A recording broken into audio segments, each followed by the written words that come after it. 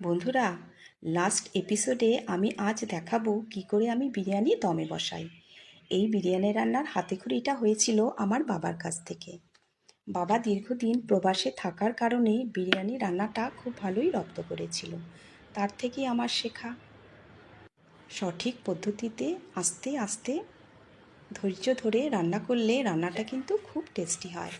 প্রথমে একটা বিরিয়ানি পটের মধ্যে কয়েকটা তেজপাতা খুব ভালো করে ধুয়ে নিচে পেতে দিয়েছিলাম, যাতে চট করে লেগে না যায়। উপরে বিরিয়ানি রাইসটা দিয়ে ইকুয়ালি চারিদিকে স্প্রেড করে নিয়েছিলাম। এরপর এক এক করে প্রথমে বিরিয়ানি মশলা, তারপরে কেওড়ার জল, রোজ ওয়াটার, এটা দেওয়া হয়ে গেলে পরে এক চামচ মিল্ক পাউডার, বেরেস্তা, এরপর চিকেন দিয়েছিলাম। এইভাবে লেয়ার বাই লেয়ার আমি দমে বসিয়েছিলাম। এরপর গ্রেভিটা দিয়ে উপরে আবার রাইস দিয়েছিলাম। রাইসটা দেওয়া হয়ে গেলে চারিদিকে রাইসটা ইকুয়ালি স্প্রেড করে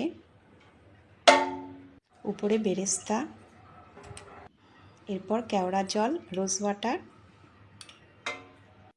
এরপর বিরিয়ানি মশলা, এরপর মিল্ক পাউডার আর ঘি দিয়ে চিকেনটা দিয়ে দিয়েছিলাম আরেকটা লেয়ার করব বলে।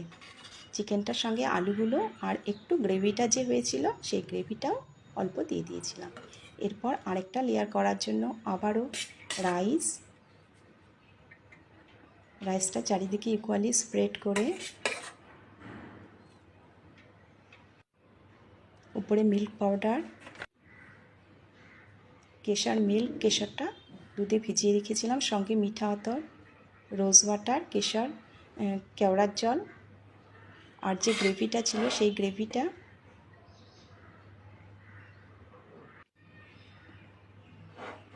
এরপর বিরিয়ানি মশলা, এরপর জায়ফল একটু ঘষে দিয়ে দিয়েছিলাম, উপরে বেরেস্তা, আর লাস্ট আমি ঘি দিয়ে দিয়েছিলাম। উপরে ঘিটা একটু বেশি দিয়েছিলাম। এরপর একটা তাওয়া উপর ফুল আঁচে 12 মিনিটের জন্য আমি দমে বসিয়ে দিয়েছিলাম।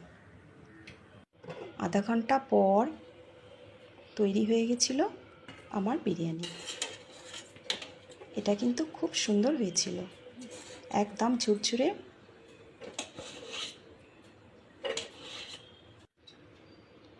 এরপর আমি প্লেটে নিয়ে